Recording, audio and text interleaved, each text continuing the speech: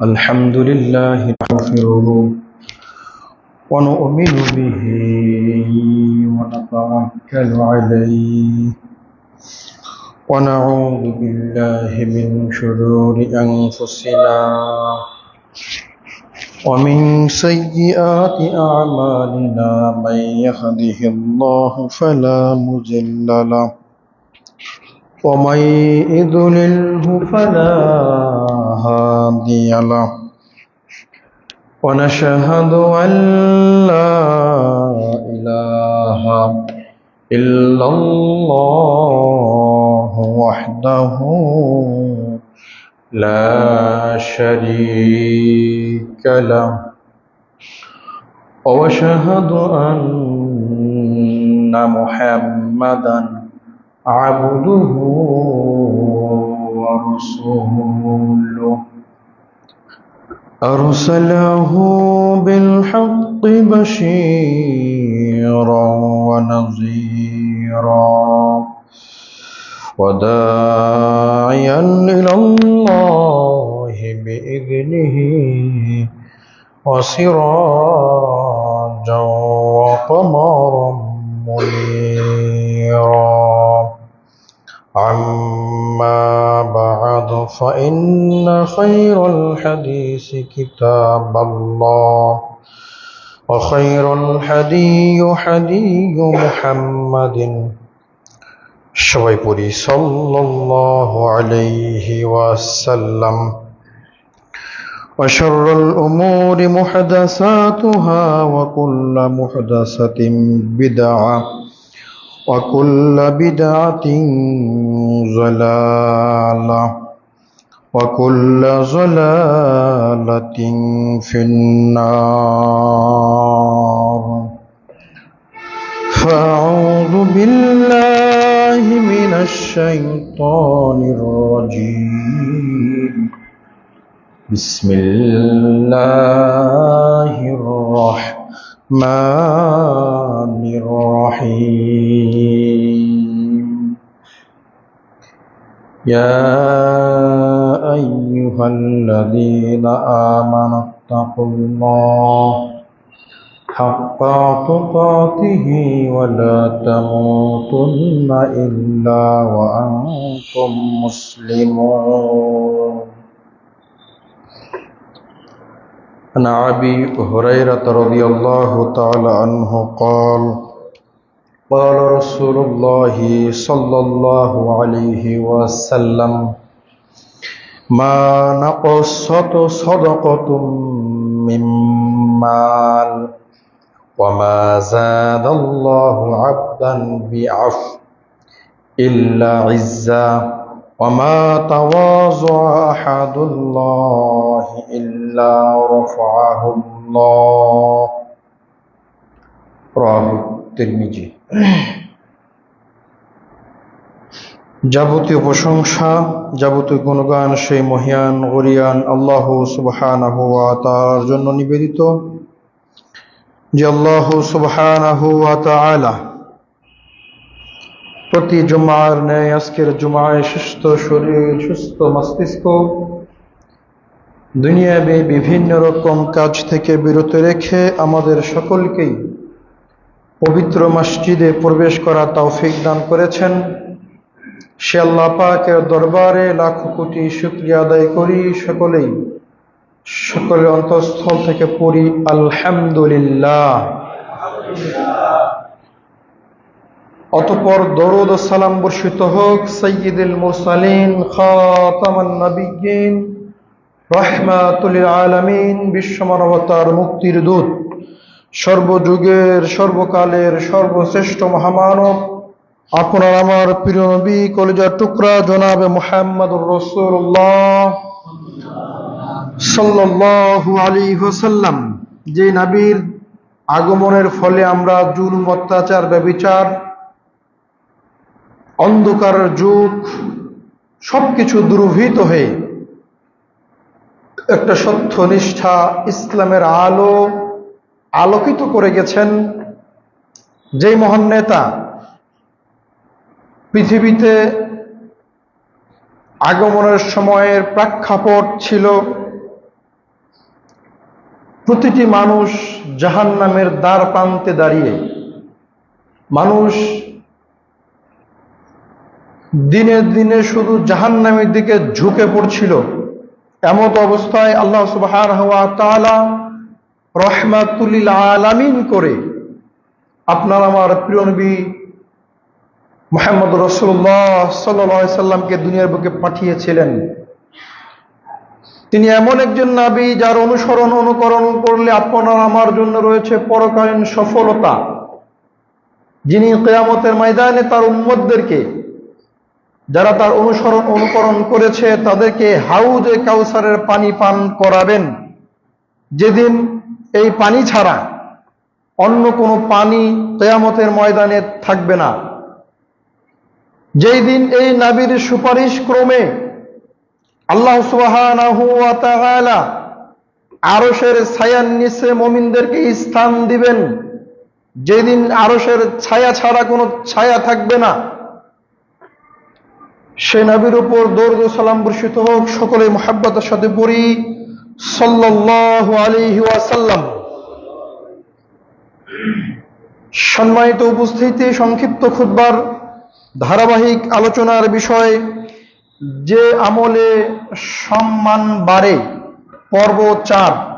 উল্লেখিত বিষয়ের উপরে তথ্যবহল প্রামাণ্য আলোচনা পেশ করার চেষ্টা করব ইনশাআল্লাহুল আজিজ। আলোচনার শুরুতেই আপনাদেরকে অনুরোধ জানাবো, হয়তোবা অনেকের ঘুম চলে এসেছে, অনেকক্ষণ থেকে বসে আছেন, সকলে একটু মাথাটা উপর দিকে উঠান, একটু জাগিয়ে দেন। ওই যে ঘুমিয়ে পড়েছে, একটু জাগিয়ে দেন। সবাই একটু এদিকে মনোযোগ দেন। আপনি কিভাবে সম্মান মর্যাদা বৃদ্ধি করবেন, 3 জুমা থেকে এই আমলগুলো আমরা আপনাদেরকে বলে আসছিলাম।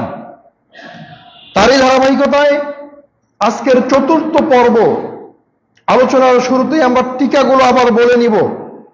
যে আমলে সম্মান বাড়ে: 1, ঈমান আনা এবং নেক আমল করা; 2, সালাতের প্রতি যত্নশীল হওয়া; 3, পায়ে হেঁটে মসজিদে গমন করা; 4, জামাতে সালাত আদায়রত অবস্থায় দুজনের মাঝে ফাঁকাকে বন্ধ করা; 5, তাকওয়া অবলম্বন করা; 6, আল্লাহর জন্য বিনয়ী হওয়া; 7, বিপদে আপদে ধৈর্য ধারণ করা; 8, আল্লাহর পথে জিহাদ করা; 9, দ্বীনের জ্ঞান অর্জন করা; 10, তাহাজ্জুদের সালাত আদায়ে অভ্যস্ত হওয়া; সর্বশেষ 11, পিতামাতার জন্য সন্তানের দোয়া করা। এই 11টি পয়েন্ট, 11টি বৈশিষ্ট্য আমরা আপনাদের সামনে উল্লেখ করেছিলাম, যে আমলগুলো করলে দুনিয়া এবং পরকাল উভয় জগতে আপনার আমার সম্মান মর্যাদা বৃদ্ধি পাবে। ভাববার বিষয় এই যে আমরা সম্মানজনক আমলগুলো আপনাদের সামনে উল্লেখ করছি, যদি আপনারা এগুলো মনে না রাখেন, এ অনুযায়ী নিজের জীবনকে ঢেলে সাজাতে না পারেন, কিয়ামতের ময়দানে আল্লাহ সুবহানাহু ওয়া তাআলা এই ব্যাপারে আপনাকে জিজ্ঞাসা করবেন। আপনার দায়বদ্ধতা আছে। মানুষ জানে না এমন কোন আমলের ব্যাপারে কিয়ামতের ময়দানে আল্লাহ তাআলা তার উপর শাস্তি আরোপ করবেন না। তবে মানুষ জানার পরে যদি তার উপর আমল না করে, সেটাকে মেনে না নেয়, নিজের জীবনকে ঢেলে না সাজায়, তাহলে কিয়ামতের ময়দানে আল্লাহ সুবহানাহু ওয়া তাআলা আপনাকে পাকড়াও করবেন, আপনাকে এই বিষয়ের উপর জিজ্ঞাসা করবেন। অতএব আমরা মনোযোগ সহকারে, শয়তানকে দুরূহিত করে, চোখের ঘুমকে দুরূহিত করে আমরা মনোযোগ সহকারে মানার নিয়তে খুতবা শ্রবণ করব। আল্লাহ সুবহানাহু ওয়া তাআলা যেন তৌফিক দান করেন। সকলে বলি আল্লাহুম্মা আমিন। আরেকটু জোরে বলেন আল্লাহুম্মা আমিন। সম্মানিত উপস্থিতি, 12 নম্বর যে আমল করলে সম্মান বাড়বে, মর্যাদা বৃদ্ধি পাবে, তার 12 নম্বর আমল হলো কুরআনের ধারক বাহক হওয়া। কেউ যদি কোরআন নিয়ে নিজের জীবনকে সাজায়, কোরআন অনুযায়ী আমল করে, কোরআনের বিধানগুলো মেনে নেয়, কোরআনের ধারক হয়, কোরআনের বাহক হয়, আল্লাহ সুবহানাহু ওয়া তাআলা এর বিনিময়ে তার সম্মান, তার মর্যাদা উভয় জগতে বৃদ্ধি করে দিবেন। কোরআন এমন এক আলোকবর্তী গায়ের সাথে যে সম্পর্ক করেছে, আল্লাহ তাকে উচ্চ মর্যাদায় অভিষিক্ত করেছেন। আর যে ব্যক্তি এই কোরআন থেকে মুখকে ফিরিয়ে নিয়েছে, আল্লাহ সুবহানাহু ওয়া তাআলা তাকে লাঞ্ছিত, অপমানিত করে ছেড়ে দিয়েছেন। সালাফদের জীবনে কোরআনের প্রতি যে গভীর ভালোবাসা, শ্রদ্ধা, নিরন্তর অনুশীলন ছিল, তার অনন্য একটি উদাহরণ হচ্ছে হযরত ওমর ইবনুল খাত্তাব রাদিয়াল্লাহু তাআলা আনহু এর জীবন থেকে একটি ঘটনা। ওমর ইবনুল খাত্তাব রাদিয়াল্লাহু তাআলা আনহু প্রখ্যাত তাবী মুহাদ্দিস আব্দুর রহমান ইবনে আবু লাইলা তিনি বলছেন যে ওমর রাদিয়াল্লাহু তাআলা আনহুর সাথে আমি একদিন সফরে বের হলাম, মক্কার দিকে রওনা হলাম। তখন মক্কার আমির শাসক তিনি ছিলেন নাফে ইবনুল আলকামা, তার নাম, যিনি মক্কার ওই সময়ের শাসক ছিলেন। ওমর রাদিয়াল্লাহু তাআলা আনহু ওই নাফেকে জিজ্ঞাসা করলেন, হে নাফে, তুমি যে আমার সাথে দেখা করতে এসেছো, সাক্ষাৎ করতে এসেছো, তুমি মক্কার দায়িত্ব কার উপর দিয়ে এসেছো? নেতা ছাড়া ইসলাম শূন্য অবস্থায় থাকে না, ইসলামের বিধান এটা নাই। এজন্য ওমর ইবনুল খাত্তাব রাদিয়াল্লাহু তাআলা আনহু নাফেকে জিজ্ঞাসা করছেন, তুমি যে মক্কা থেকে এসেছো, মক্কার দায়িত্ব তুমি কার উপর অর্পণ করেছো? তুমি না থাকা অবস্থায় এই মক্কার দায়িত্বভার কাকে তুমি দিয়ে এসেছো? তখন সে ব্যক্তি বলছে যে আমি একটা মুক্ত দাস আব্দুর রহমান ইবনে আবজা, তার নিকটে আমি মক্কার দায়িত্বভার রেখে এসেছি। ওমর রাদিয়াল্লাহু তাআলা আশ্চর্য হয়ে গেলেন। তিনি ওমর রাদিয়াল্লাহু তাআলা বলছেন, হে নাফে, মক্কায় বড় বড় কুরাইশ বংশের বড় বড় সাহাবীরা জীবিত আছে, বড় বড় পণ্ডিত, বড় বড় সাহাবী, বড় বড় ধনাঢ্য ব্যক্তি তারা উপস্থিত আছে, আর তুমি একজন দাস, মুক্ত দাস, তার নিকটে এত বড় মক্কার দায়িত্ব দিয়ে আসলে? কে বলছেন? ওমর রাদিয়াল্লাহু তাআলা আনহু বলছেন রাফেকে যে তুমি এত বড় একটা দায়িত্ব, এত বড় একটা শহর যেখানে কাবা অবস্থিত, এত মানুষ সেখানে জমায়েত হয় কোরআন হাদিসের কথা শুনে, কোরআন তেলাওয়াত শুনে, তুমি এত বড় একটা শহরের দায়িত্ব একজন মুক্ত দাসকে দিয়ে এসেছো? তিনি বলছেন, জি হ্যাঁ, আমি একজন মুক্ত দাসকে এই মক্কার গুরুতর দায়িত্ব অর্পণ করে আপনার সাথে সাক্ষাৎ করতে এসেছি। ওমর রাদিয়াল্লাহু তাআলা আনহু বললেন, কি এমন তুমি দেখেছো তার ভিতরে? কি এমন কারণ বড় বড় সাহাবীরা উপস্থিত থাকতে তুমি একজন মুক্ত দাসকে দিয়ে আসলে?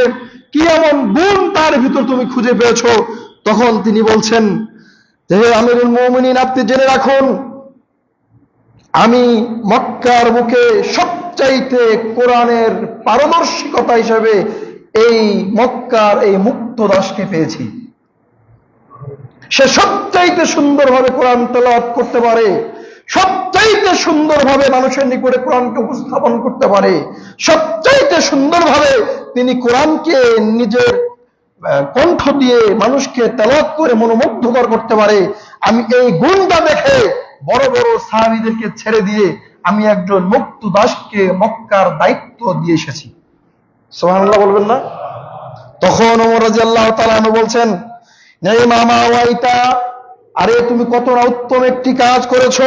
ইন্নাল্লাহা ইয়ারফাউ বিল কুরআনি আকওয়ামা, নিশ্চয় আল্লাহ তাআলা এই কোরআনের মাধ্যমে মানুষকে মর্যাদাশীল করে থাকেন, মানুষকে সম্মান বৃদ্ধি করে থাকেন।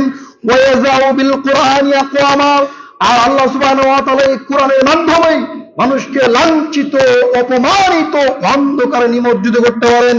ওয়া ইন্না আব্দুর রহমান ইবনে আবজা মিম্মান রাফাআল্লাহু বিল কুরআন, নিশ্চয় আব্দুর রহমান ইবনে আবজা একটা মুক্ত দাস হওয়ার পরেও আল্লাহ তাআলা যাদেরকে কোরআন দ্বারা সম্মানিত করেছেন তার মাঝে একজন হচ্ছে আব্দুর রহমান ইবনে আবজা, এই মুক্ত দাস। সুবহানাল্লাহ। আমি আপনাকে যেটা বুঝাতে চাচ্ছিলাম সেটা হলো, কোরআনের ধারক বাহক হলে সে দাস হোক, সে কালো হোক, দেখতে খারাপ হোক, যেমনই হোক না কেন, তার সম্মান, তার মর্যাদা বৃদ্ধি করে দেন কে? আল্লাহ।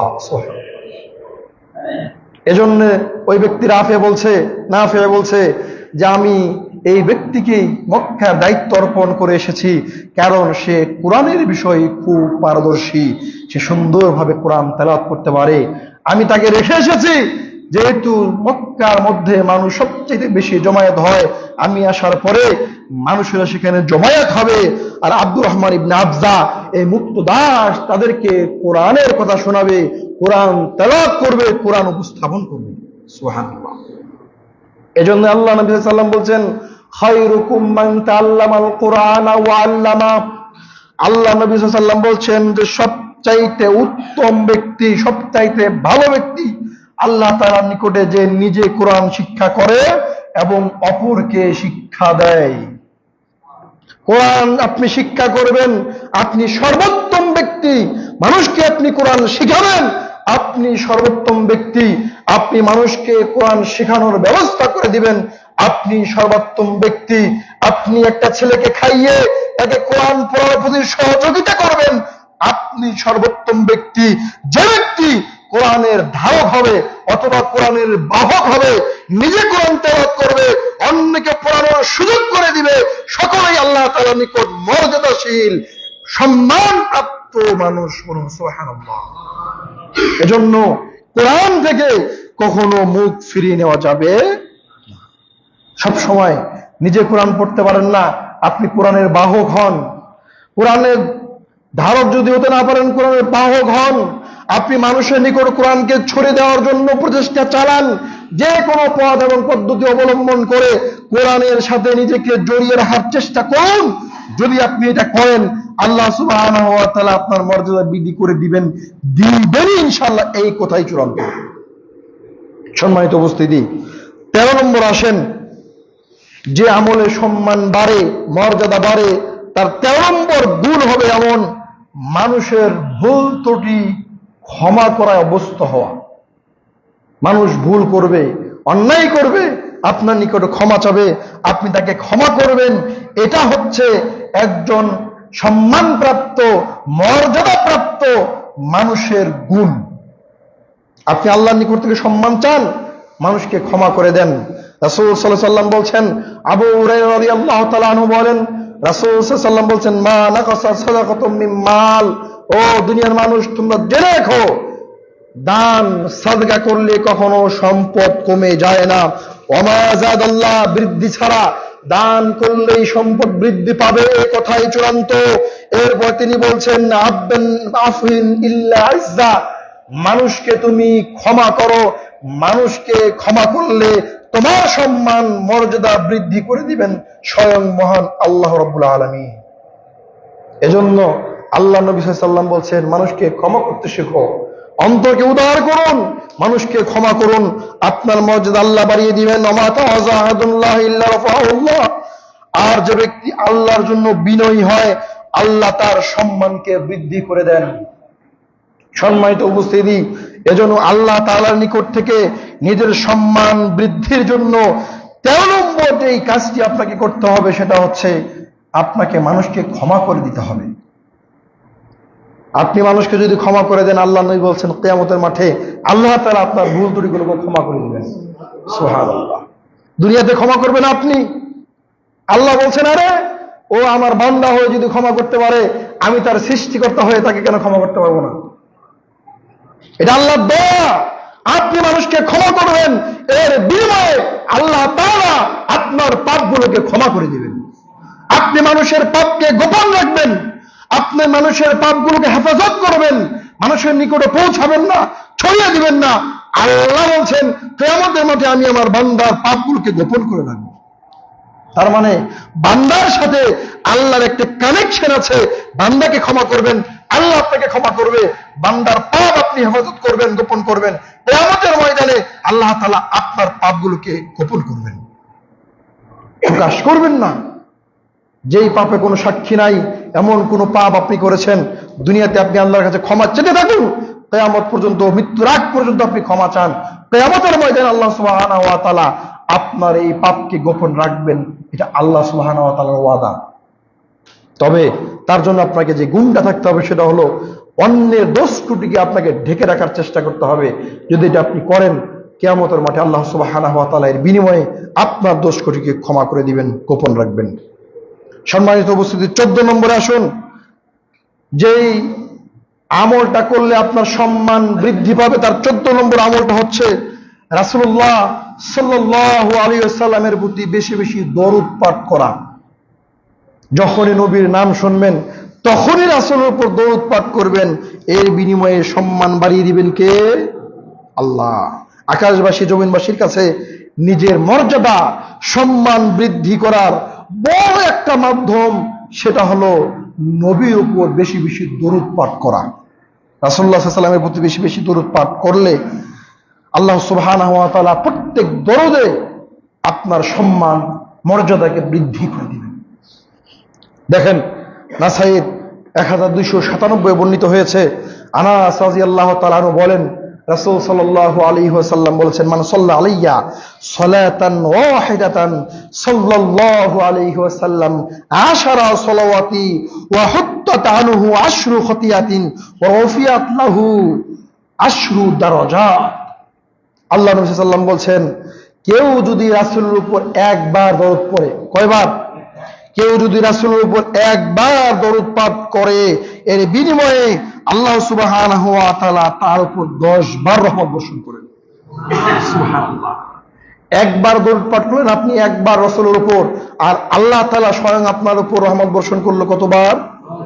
10 বার। শুধু তাই নয়, আল্লাহ নবী বলছেন, ওয়া হুত্তাত আনহু আশরু খতিয়াত। তার এই একবার দরুদ পাঠ করার কারণে আল্লাহ তার 10টা পাপকে ক্ষমা করে দিবেন। শুধু তাই নয়, ওয়ারুফিয়াত লাহু আশরু দারাজাত। এই একবার দরুদ পাঠ করার কারণে আল্লাহ বান্দার 10টা মর্যাদা বৃদ্ধি করে দিবেন। সুবহানাল্লাহ। আপনি দরুদ পাঠ করলেন কয়বার? একবার। সাল্লাল্লাহু আলাইহি ওয়াসাল্লাম, আল্লাহুম্মা সাল্লি আলাইহি আল্লাহুম্মা বারিক আলাইহি আল্লাহুম্মা সাল্লি আলা মুহাম্মাদ ওয়া আলা আলি মুহাম্মাদ। আপনি একবার দরুদ পাঠ করলেন, একবারের বিনিময়ে আল্লাহ 10 বার রহমত বর্ষণ করবেন। একবারের বিনিময়ে 10টা পাপ ক্ষমা হবে, একবারের বিনিময়ে 10 বার রহমত বর্ষণ হবে। সুবহানাল্লাহ। 10টা মর্যাদা বৃদ্ধি পাবে। অর্থ হাদিসের ব্যাখ্যা আল্লামা ওবায়দুল্লাহ মুবারকপুরি রাহমাতুল্লাহ আলাইহি বলছেন, ওরফিয়াত লাহু আশরা দারাজাত ফিদ দুনিয়া বিত্তাওফিকিত তুআ। এই ব্যাখ্যা তিনি করছেন, হাদিসের ব্যাখ্যা হলো যে এই একবার দরুদ পাঠ করার মাধ্যমে আল্লাহ তার 10 ধাপ মর্যাদা বৃদ্ধি করে দিবেন, দুনিয়াতে আল্লাহর আনুগত্য করার তৌফিক দেওয়ার মাধ্যমে। আপনি রাসূলের উপর একবার দরুদ পাঠ করবেন, আল্লাহ তাআলা 10টা কাজ নেক আমল করার তৌফিক আপনার বাড়িয়ে দিবেন। একবার দরুদ পাঠ করবেন, আপনি আল্লাহ সুবহানাহু ওয়া তাআলা আনুগত্যে 10 বার বহিঃ প্রকাশ করলেন, আল্লাহ এই তৌফিক আপনাকে বৃদ্ধি করে দিবেন। সুবহানাল্লাহ। এরপর তিনি বলছেন, ওয়াফিল কিয়ামাতি বিতাসবিল হাসানাত ওয়াফিল জান্নাতি বিজিয়াদাতিল কারামাত। তিনি বলছেন, কিয়ামতের দিন নেক আমলের পাল্লা ভারী করে জান্নাত তাকে সম্মান মর্যাদা বৃদ্ধি করে দেওয়া হবে। সুবহানাল্লাহ। দুনিয়াতে রাসূলের উপর দরুদ পাঠ করবেন, কিয়ামতের মাঠে নেকির পাল্লা ভারী হবে। শুধু তাই নয়, এই নেকির পাল্লা ভারী করে জান্নাতে আল্লাহ তাআলা আপনাকে উচ্চ মর্যাদায় আসীন করবেন। সুবহানাল্লাহ। কিন্তু আমরা যখন নবীর নামটা শুনি আমাদের মুখখানা বন্ধ হয়ে থাকে। আমরা কেন যেন রাসূলের নাম শোনার পরে, নবীর নাম শোনার পরে মুখটা দিয়ে একবার বলার তৌফিক পাই না যে সাল্লাল্লাহু আলাইহি ওয়াসাল্লাম, অথচ একবার বললেই আল্লাহ তাআলা আপনার সম্মান মর্যাদাকে বৃদ্ধি করে দিবেন। সুবহানাল্লাহ। এজন্য যতবার নবীর নাম শুনবেন বেশি বেশি রাসূলের উপর দরুদ পাঠ করবেন। রাসূল সাল্লাল্লাহু আলাইহি ওয়াসাল্লামের প্রতি দরুদ পাঠ করা শুধু একটি ইবাদত নয়, বরং এটি দুনিয়া ও আখিরাত সম্মান অর্জনের বড় একটা মাধ্যম। শুধু ইবাদত নয়, এটা শুধু ইবাদত নেকি হবে এমনটা নয়, এটা সম্মান বৃদ্ধির অন্যতম একটা বড় মাধ্যম। যে ব্যক্তি রাসূলের উপর সর্বক্ষণ দরুদ পাঠ করবে, যখনই না তার নাম হবে যখনই দরুদ পাঠ করবে, আল্লাহ তার সম্মান, তার ইজ্জত, তার মানকে আল্লাহ তাআলা দুনিয়া এবং আখিরাতে বৃদ্ধি করে দিবেন। আপনার হাদিস সকলে জানেন, আল্লাহ নবী সাল্লাল্লাহু আলাইহি ওয়াসাল্লাম মেম্বারে উঠে বললেন আমিন আমিন আমিন, তিনবার আমিন বললেন। সাহাবীরা জিজ্ঞাসা করলেন, ইয়া রাসূলুল্লাহ, কোনদিন তো এমন দেখি নাই যে মেম্বারে উঠে আপনি তিনবার আমিন বলেছেন। আল্লাহ নবী, আপনি আমাদেরকে বলবেন কি এমন কারণ যে কারণে আপনি আজকে তিনবার আমিন বললেন? আল্লাহ নবী সাল্লাল্লাহু আলাইহি ওয়াসাল্লাম তিনটি কারণ বললেন। তার একটি হচ্ছে, জিবরিল আমার কানে কানে এসে বলল, যে ব্যক্তি আপনার নাম শ্রবণ করলো আর আপনার প্রতি দরুদ পাঠ করলো না, ওই ব্যক্তি লাঞ্ছিত হোক, অপমানিত হোক, ধুলায় ধূসরিত হোক, ওই ব্যক্তি ধ্বংস হয়ে যাক। আমি চুপ করে রইলাম। এবার জিবরিল আমাকে বললেন, তো আপনি বলেন আমিন। তখন আমি বললাম আমিন, আল্লাহ তুমি কবুল করো। আমি কি দিয়ে বুঝাবো এই হাদিস? বাকি যে দুইটা পিতামাতার কথা এখানে এসেছে, এই কথাগুলো যখন বললেন আল্লাহ নবী একা একই আমিন বললেন, কিন্তু যখন নিজের উপর দরুদ মানুষ পাঠ করবে না আর সে ধ্বংস হয়ে যাবে, তখন আল্লাহ নবী চুপ ছিলেন। চুপ থাকার পরক্ষণেই জিবরিল বললেন, হে মুহাম্মদ, আপনি আমিন বলুন। তখন মুহাম্মদ সাল্লাল্লাহু আলাইহি ওয়াসাল্লাম বলেছিলেন আমিন। বোঝা যায়, নবীর নাম শোনার পরে যে ব্যক্তি কার্পণ্য করবে, নবীর নাম শোনার পরে যে ব্যক্তি তার উপর দরুদ পড়বে না, ওই ব্যক্তি দুনিয়া এবং আখিরাত উভয় জগতে ধ্বংসের অহল অপরে নিমজ্জিত হবে। অতএব আমরা যতবার নবীর নাম বলবো, ততবারই আমাদেরকে বলতে হবে সাল্লাল্লাহু আলাইহি ওয়াসাল্লাম। সম্মানিত উপস্থিতি, আল্লাহ সুবহানাহু ওয়া তাআলা যেন আমাদেরকে রাসূলের উপর বেশি বেশি দরুদ পাঠ করার তৌফিক দান করেন। সকলে বলি আল্লাহুম্মা আমিন। 15 নম্বর আমল, 15 নম্বর যে আমল করলে আপনার সম্মান মর্যাদা বৃদ্ধি পাবে, সেটা হচ্ছে কল্যাণকর ও উত্তম কথা বলা। সবসময় কল্যাণকর এবং উত্তম কথা বলার অভ্যাস গড়ে তুলতে হবে। কখনো ফাহিশা, অশ্লীল, বেহায়াপনা কথা মুখে উচ্চারণ করা যাবে না। ঝগড়া বিবাদ লাগলে অশ্লীল ভাষায় গালিগালাজ করা যাবে না। যদি আপনি করেন তাহলে আপনার সম্মান মর্যাদা ধ্বংস হবে, বৃদ্ধি পাবে না। উত্তম কথা বলা একটা ইবাদত, এটি বান্দার মর্যাদা বাড়ায় এবং আল্লাহর নৈকট্য লাভের পথ সহজ করে দেয়। আবু হুরায়রা রাদিয়াল্লাহু তাআলা আনহু বলেন, নবী করিম সাল্লাল্লাহু আলাইহি ওয়াসাল্লাম বলছেন, ইন্নাল আবদা লা ইয়াতাকাল্লামু বিকালিমাতিন মিন রিজওয়ানিল্লাহ। বান্দা এমন কোন কথা বলে ফেলে, এমন কোন কথাবার্তা বলে, যেই কথার মাধ্যমে আল্লাহ সুবহানাহু ওয়া তাআলা সন্তুষ্ট হয়ে যায়। সুবহানাল্লাহ বলবেন না? পরের কথাটা শুনে সুবহানাল্লাহ বলেন, কি? লা ইউলকি লাহা বালা। সে জানেই না যে সে কি বলেছে। সুবহানাল্লাহ বলে না? কথা বুঝেন নাই মনে হয়। আল্লাহ নবী বলছেন, বান্দা এমন কোন কথা বলে ফেলে, সে মালুম করে না যে এই কথা বললে আল্লাহ আমার উপর সন্তুষ্ট হবে। এটা সে বুঝে না, কিন্তু আল্লাহ নবী বলছেন এই কথার মাধ্যমে আল্লাহ তাআলা তার উপর সন্তুষ্ট হয়ে যায়। আর আল্লাহ যখন কোনো বান্দার উপর সন্তুষ্ট হয়ে যাবে, সঙ্গে সঙ্গে তার উপর জান্নাত ওয়াজিব হয়ে যাবে। সুবহানাল্লাহ। তো আল্লাহ নবী বলছেন, ইন্নাল আবদা লা ইয়াতাকাল্লামু বিকালিমাতিন মিন রিজওয়ানিল্লাহ। বান্দা এমন কোন কথা বলে ফেলে যেই কথার মাধ্যমে আল্লাহ তার উপর সন্তুষ্ট হয়ে যায়, লা ইউলকি লাহা বালা, কিন্তু সে কি বলেছে এটা সে নিজে বুঝে না। এরপর তিনি বলছেন, ইয়ারফাউল্লাহু বিহা দারাজাত। আর সে যে বুঝে না, আর আল্লাহ সন্তুষ্ট হয়ে গেল, আর এর বিনিময়ে আল্লাহ তাআলা তার মর্যাদাকে বাড়িয়ে দেন। সুবহানাল্লাহ। তার মানে যে ব্যক্তি সব সময় ভালো কথা বলে, কল্যাণকর কথা বলে, সে যে কোনো কথা বলুক না কেন কল্যাণকর কথা, এর মাধ্যমে আল্লাহ সন্তুষ্ট হয়ে যায়। আর প্রত্যেকটি কথার বিনিময়ে আল্লাহ তাআলা তার মর্যাদা, তার সম্মানকে বৃদ্ধি করে দেন। এরপর দেখেন, ওয়াইন্নাল আবদা লা ইয়াতাকাল্লামু বিকালিমাতিন মিন সাখাতিল্লাহ। বান্দা এমন কোন কথা বলে ফেলে যে কথার মাধ্যমে আল্লাহ ক্রোধে রাগান্বিত হয়ে যায় ওই বান্দার উপর, লা ইউলকি লাহা বালা, কিন্তু সে বুঝে না সে কি কথা বলেছে। অবান্তর কথা। মানুষ আছে না, সামাজিক কিছু মানুষ বেশি কথা বলে, অবান্তর কথা বলে, অবাস্তব কথা বলে, যে কথাগুলো প্রয়োজন নাই, সেই কথাগুলো আমরা তাকে বাচাল বলি, এমন কোন কথা বলে। আল্লাহ নবী বলছেন, এই কথার মাধ্যমে আল্লাহ তাআলা তার উপর রাগান্বিত হয়ে যায়, তার উপর কঠোর হয়ে যায়, কিন্তু ওই বান্দা বুঝে না সে কি বলেছে। যারা বেশি বেশি কথা বলে, অবান্তর কথা বলে, দেখবেন শুধু ছাগলের মতো কথা বলতেই আছে, ভেড়াইতেই আছে, জানে না বুঝে না কি কথা বলছে, তার মধ্যে এমন কোনো কথা বলে ফেললো যে কথার মাধ্যমে আল্লাহ তার উপর রাগান্বিত হবে। আর আল্লাহ যার উপর রাগান্বিত হবে অন্তত পক্ষে তার জন্য জান্নাত আশা করা যায় না।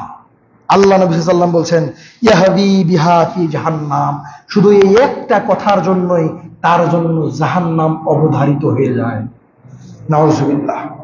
তার মানে হাদিসের দুইটা অংশ, আপনি সবসময় কল্যাণকর কথা বলার চেষ্টা করবেন, ভালো কথা বলার চেষ্টা করবেন। কথার মাধ্যমে আল্লাহ সন্তুষ্ট হবে, আপনি বুঝতে পারবেন না কোন কথার মাধ্যমে আল্লাহ সন্তুষ্ট হলেন। আর এই কথার মাধ্যমে আল্লাহ তাআলা আপনার সম্মান, আপনার মর্যাদাকে সমাজের বুকে আরো বাড়িয়ে দিবেন, ইহকালেও বাড়িয়ে দিবেন, পরকালেও বাড়িয়ে দিবেন। আর আপনি এমন অবান্তর কথা বলছেন যে কথাবার্তা বলার মাধ্যমে আল্লাহ তাআলা আপনার উপর রাগান্বিত হবে আর আপনার জন্য জাহান্নাম অবধারিত হবে। আল্লাহ তাআলা যেন আমাদেরকে সবসময় সুন্দর ভাষায় কল্যাণকর কথা বলার তৌফিক দান করুন, সকলে বলি আল্লাহুম্মা আমিন। 16 নম্বর মর্যাদা বৃদ্ধির 16 নম্বর যেই গুণ, সেটা হলো ইসলামের ছায়াতলে চুল দাড়ি পাকা। যদি আপনি ইসলামের উপর অটুট থাকা অবস্থায় আপনার দাড়ি পেকে যায়, আপনার চুল পেকে যায়, এটা আর কিছু নয়, এটা আল্লাহর পক্ষ থেকে এক অশেষ রহমতের ঝরা। সুবহানাল্লাহ। দেখেন, আমি আপনাকে দেখাচ্ছি। রাসূলুল্লাহ সাল্লাল্লাহু আলাইহি ওয়াসাল্লাম বলছেন, ইবনে হিব্বানটা খুলুন, 2985 বর্ণিত হয়েছে, লা তানতিফু শাইবা ফাইন্নাহু নূরু ইয়াউমাল কিয়ামা ওয়া মান শাবা শাইবাতা ফিল ইসলাম কুতিবা লাহু বিহাসানাত। আল্লাহ রাসূল সাল্লাল্লাহু আলাইহি ওয়াসাল্লাম বলছেন, তোমরা শুভ্র কেশ, পাকা চুল, পাকা দাড়ি উপড়ে ফেলো না। তোমরা দাড়িগুলো বা পাকা চুলগুলো কি করো না? তুলে ফেলো না। কেন তুলে ফেলো না? ফাইন্নাহু নূরুন ইয়াউমাল কিয়ামা, প্রত্যেকটা পাকা চুল, পাকা দাড়ি কিয়ামতের ময়দানে তোমার জন্য আলোকবর্তিকা হয়ে দাঁড়াবে। সুবহানাল্লাহ। যখন অন্ধকার, তখন আপনার জন্য আলো দিবে কে? আপনার চুল, আপনার দাড়ি, যেটা আপনি ইসলামে থাকা অবস্থায় পেকে গিয়েছিল। শুধু তাই নয়, আল্লাহ নবী সাল্লাল্লাহু আলাইহি ওয়াসাল্লাম বলছেন, কুতিবা লাহু বিহাসানাত, এটার বিনিময়ে আল্লাহ সুবহানাহু ওয়া তাআলা আপনার নেকি লিপিবদ্ধ করবেন।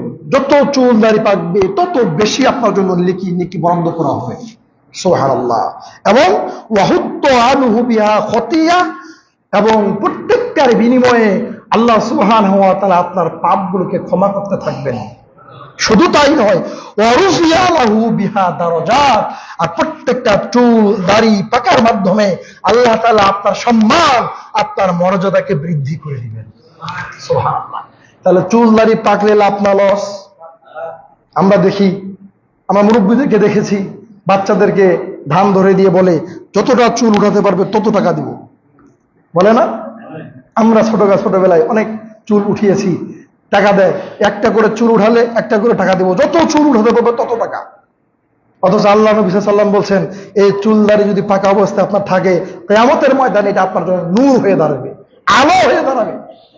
সম্মানিত উপস্থিতি, দেখেন অন্য একটা হাদিসে আসছে, আহমদ 23,958 নম্বর হাদিস, সিলসিলা সহিহা 3,371 নম্বর হাদিস। রাসূলুল্লাহ সাল্লাল্লাহু আলাইহি ওয়াসাল্লাম বলছেন, মান শাবা শাইবাতান ফি সাবিলিল্লাহ, যে ব্যক্তির এই চুল এবং দাড়ি আল্লাহর রাস্তায় থাকা অবস্থায় থেকে যাবে, কানাত নূর ইয়াউমাল কিয়ামা, কিয়ামতের ময়দানে এটা তার জন্য নূর, আলো হয়ে দাঁড়াবে। ফাকালা রাজুলুন ইনদা যালিকা ফাইন্নাহু রিজালান ইউনতিফুনা শাইব, একজন ব্যক্তি প্রশ্ন করল, আল্লাহর নবী, যদি কেউ এই চুল দাড়িগুলো উঠিয়ে ফেলে, পাকা চুল যদি উঠিয়ে ফেলে, আপনি প্রশ্ন করবেন, এই প্রশ্নের জবাব আল্লাহ নবী সেই 1450 বছর আগে দিয়ে গেছেন। একজন ব্যক্তি প্রশ্ন করলে, আল্লাহ নবী, আপনি যে বললেন এই চুল এবং দাড়ির এত বেশি নিয়ামত, এত বেশি নাকি কিয়ামতের মাথায় আলো হয়ে দাঁড়াবে, যদি এটাকে উঠিয়ে ফেলে, তখন আল্লাহ সাল্লাল্লাহু আলাইহি ওয়াসাল্লাম বলছেন, ফাইন্না রিজালান ইনতিফুনা শাইয়া ফাকালা রাসূলুল্লাহ মান শাআ ফালয়ানতিফ নূরাহু, যে চায় কিয়ামতের ময়দানে তার নূরকে সে উঠিয়ে ফেলুক। যদি কেউ চায় যে তার নূর কিয়ামতের মাঠে যে আলো যেটা দিবে সেটা যদি সে উঠিয়ে ফেলে, তো উঠিয়ে ফেলুক। তার মানে কথা কি বুঝতে পেরেছেন? আল্লাহ নবী সাল্লাল্লাহু আলাইহি ওয়াসাল্লাম বুঝাতে যাচ্ছেন, যেটা কিয়ামতের ময়দানে তোমার নূর হয়ে দাঁড়াবে, তুমি সেটা কেন তুলবে? এটা তোলার কোনো প্রয়োজন নাই। কিয়ামতের ময়দানে এটা তোমার জন্য জান্নাতের কান্ডারি হয়ে দাঁড়াবে। সুবহানাল্লাহ। এজন্য আমরা পাকা চুল, দাড়ি তো তোলা যাবেই না, পাকা চুল আমরা যারা তুলি, এই চুলা হতে আমরা বিরত থাকবো। পাকা চুল যখন দাড়ি পেকে যাবে, মেহেদি দ্বারা আপনি সেটাকে রাঙ্গাবেন। এটা হচ্ছে রাসূলের একটি সুন্নাহ। সম্মানিত উপস্থিতি, 17 নম্বর, আমরা একবার শেষ সীমানায় চলে এসেছি। 17 নম্বর হচ্ছে আল্লাহর জিকির করা। বেশি বেশি আল্লাহর জিকির করা। বেশি বেশি যদি আল্লাহর জিকির করেন, আপনার সম্মান মর্যাদা বৃদ্ধি করে দিবেন কে? আল্লাহ। আব্দুর রহমান ইবনে গানম রাদিয়াল্লাহু তাআলা বর্ণিত, তিনি বলেছেন, নবী করিম সাল্লাল্লাহু আলাইহি ওয়াসাল্লাম বলেছেন, যে ব্যক্তি ফজর ও মাগরিবের সালাত শেষে জায়গা থেকে উঠার আগেই, তার পাকে ঘোরানোর আগেই এই দোয়া 10 বার পড়বে, কি?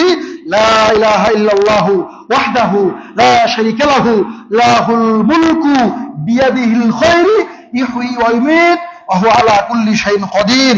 যে ব্যক্তি এই দোয়াটা কয়বার পড়বে?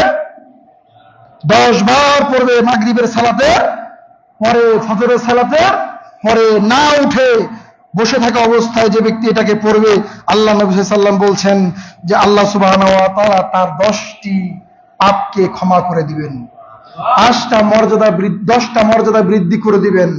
আল্লাহ তাআলা তার জন্য 10টা নেকি লিপিবদ্ধ করবেন। বলুন সুবহানাল্লাহ। আমলটা খুব সহজ। লা ইলাহা ইল্লাল্লাহু ওয়াহদাহু, বলেন লা ইলাহা ইল্লাল্লাহু ওয়াহদাহু লা শারীকা লাহু লাহুল মুলকু ওয়া লাহুল হামদু বিয়াদিহিল খায়রু ইহয়ি ওয়া ইউমীতু ওয়া হুয়া আলা কুল্লি শাইইন কাদির। ফজরের সালাত আদায় করলে 10 বার পড়বেন, মাগরিবের সালাতের পর 10 বার পড়বেন। আল্লাহ তাআলা 10টা পাপকে ক্ষমা করবেন, 10টা নেকি লিপিবদ্ধ করবেন, 10টা মর্যাদায় আপনাকে উন্নতি করবেন দুনিয়া এবং আখিরাতে। আল্লাহ তাআলা যেন আমাদেরকে নিয়মিত এই আমলটা করার তৌফিক দান করবে। আল্লাহুম্মা আমিন। রাসূলুল্লাহ সাল্লাল্লাহু আলাইহি ওয়াসাল্লাম সাহাবীদেরকে বললেন, আমি কি তোমাদের সর্বোত্তম আমল সম্পর্কে বলবো না? ভালো একটা আমল সম্পর্কে অবহিত করবো না, যে আমলটা করলে তোমাদের মালিকের কাছে অর্থাৎ আল্লাহর কাছে তোমরা প্রিয় হবে, তোমাদের মর্যাদা অনেক বেশি বৃদ্ধি পাবে। এই আমলটাই এত দামি, সোনা রূপা দান করা চাইতে উত্তম। শুধু তাই নয়, আল্লাহ নবী বলছেন এই আমলটা এত দামি, যুদ্ধের ময়দানে তুমি অসংখ্য কাফেরকে দুনিয়ার বুক থেকে বিদায় করে দিলে, কাফের তোমাকে হত্যা করে ফেললো, এর চাইতো একটা উত্তম আমল। এই আমলের কথা কি তোমাদেরকে বলবো না? সাহাবীরা বলে, আল্লাহ নবী তাড়াতাড়ি বলেন, কি এমন আমল যে আমলটা করলে সোনার উপাদানের চাইতে সওয়াব হবে, যুদ্ধের ময়দানে নিজেকে নিহত করার চাইতেও বেশি নেকি হবে? আল্লাহ নবী সাল্লাল্লাহু আলাইহি ওয়াসাল্লাম বলছেন, সেটা হচ্ছে জিক্রুল্লাহ, আল্লাহর জিকির। তুমি সবসময় জিহ্বা দ্বারা আল্লাহর জিকির করো, সোনার রূপা দান করার চাইতে বেশি সওয়াব দান করা হবে। যুদ্ধের ময়দানে কাফেরকে হত্যা করে নিজের শহীদ হওয়ার চাইতেও বেশি নেকি, বেশি মর্যাদা, সেটা হলো আপনার আল্লাহর জিকির, সবসময় মুখে আল্লাহর জিকির করা। আল্লাহ তাআলা যেন তৌফিক দান করেন। আল্লাহুম্মা আমিন। সর্বশেষ মর্যাদা বৃদ্ধির সর্বশেষ আমল, আমরা আজকে এই বিষয়টি আলোচনা শেষ করছি ইনশাআল্লাহ। মর্যাদা বৃদ্ধির সর্বশেষ যে আমল, সেটা হলো গোপন আমলে অভ্যস্ত হওয়া। বেশি বেশি গোপন আমল করতে হবে। প্রকাশ্য আমল তো আপনি করবেন, বাহ্যিক আমল তো আপনি করবেন, তবে আপনাকে গোপন আমল করার অভ্যস্ত হতে হবে। গোপন আমল করলে সম্মান মর্যাদা বেশি বৃদ্ধি পায়, বলেছেন মুহাম্মদ সাল্লাল্লাহু আলাইহি সাল্লাম। জুবাইর ইবনে আওয়াম রাদিয়াল্লাহু তাআলা বলেন, রাসূলুল্লাহ বলছেন, মান ইসতাতা মিনকুম আন তাকুনা লাহু খাবিয়াতুন মিন আমালে সলিহ ফালিয়াফআল। তোমাদের মধ্যে কেউ যদি পারে যে গোপন আমল করতে, তাহলে সেজন্য সেটা করে। কেননা গোপন এক আমল একানিষ্ঠতার নিয়তে করা যায়, প্রকাশ্যে সেটা একানিষ্ঠতায় সহিত করা যায় না। এটা করা খুব কঠিন, কিন্তু গোপনে কোনো আমল করলে একানিষ্ঠ নিয়তে আল্লাহ তাআলা সন্তুষ্টি চিত্তে আমলটা করা যায়। এজন্য তোমরা গোপন আমল করবে। রাসূলুল্লাহ সাল্লাল্লাহু আলাইহি ওয়াসাল্লাম বলছেন, সাদাকাতুস সিররু তুকফি গাযাবার রাব। গোপন আমল আল্লাহর যে ক্রোধ, আল্লাহর যে রাগ, এই রাগটাকে প্রশমিত করে কমিয়ে দেয়। আল্লাহ আপনার উপর খুব রাগ করেছে, অনেক বড় অন্যায় জুলুম করেছেন মানুষের উপর, আল্লাহর উপর অনেক জুলুম করেছেন, আল্লাহ তাআলার অনেক আপনি রাগান্বিত চেহারা আপনার উপর পড়েছে আল্লাহ। এমন অবস্থায় যদি আপনি গোপনে দান করেন, আল্লাহ তাআলা আপনার উপর সন্তুষ্ট হয়ে যাবেন। সুবহানাল্লাহ। এজন্য আল্লাহ রাসূল সাল্লাল্লাহু আলাইহি ওয়াসাল্লাম বলছেন, তোমরা গোপনে দান করো, আল্লাহ তোমার উপর সন্তুষ্ট হবে। ওয়াসিলাতুর রাহমি তাজিদু ফিল উমর। আত্মীয়তার সম্পর্ক ঠিক রাখো, আল্লাহ তোমার হায়াত বৃদ্ধি করে দিবেন। ওয়াফাইলুল মারুফ। তোমরা ভালো কাজ করো, সৎ আমল করো। ইয়াকি মাসাইল সু। সৎ আমলের মাধ্যমে পাপিষ্ঠ হতে রক্ষা পাওয়া যায়, পাপের অনিষ্ট হতে রক্ষা পাওয়া যায়। এজন্য তোমরা বেশি বেশি এই আমলগুলো করো। আল্লাহ নবী সাল্লাল্লাহু আলাইহি ওয়াসাল্লাম বলছেন, ইবনে দাউদ আল খুরাইবি রাদিয়াল্লাহু তাআলা আনহু বলেন যে সালাফগণ প্রত্যেকের মাঝে এমন কিছু আমল ছিল যে গোপন আমলটা তাদের স্ত্রীরাও জানতো না। এমন কিছু আমল তারা করতেন, তারা তাদের স্ত্রীদেরকেও জানতে দিতেন না। এমন আমল, একটা দুইটা করে গোপন আমল তাদের জীবনে থাকতো, যে আমলটা কোনোভাবেই তাদের স্ত্রীরা জানতে পারতো না। আর এর মাধ্যমে আল্লাহ তাআলা তাদের সম্মান, তাদের মর্যাদাকে বিশ্বব্যাপী বাড়িয়ে দিয়েছেন। বলুন সুবহানাল্লাহ। আল্লাহ তাআলা যেন আমাদেরকে নেক আমল বৃদ্ধি করার জন্য আমাদেরকে বেশি বেশি যে 18টি আমলের কথা বললাম, এই আমলগুলো আমাদেরকে করার তাওফিক দান করেন। সকল বলি আল্লাহুম্মা আমিন। আল্লাহ তুমি বড় রহমান, তুমি বড় ক্ষমাবান, তুমি বড় দয়াবান। তুমি আমাদের সকলকেই এই 18টি আমল করার মাধ্যমে দুনিয়া এবং আখিরাতে মর্যাদাশীল হওয়ার তাওফিক দান করো। সকল বলি আল্লাহুম্মা আমিন। বারাকাল্লাহু লাকুম ফিল কুরআনিল আযীম ওয়া নাফা'না ইন্নাহু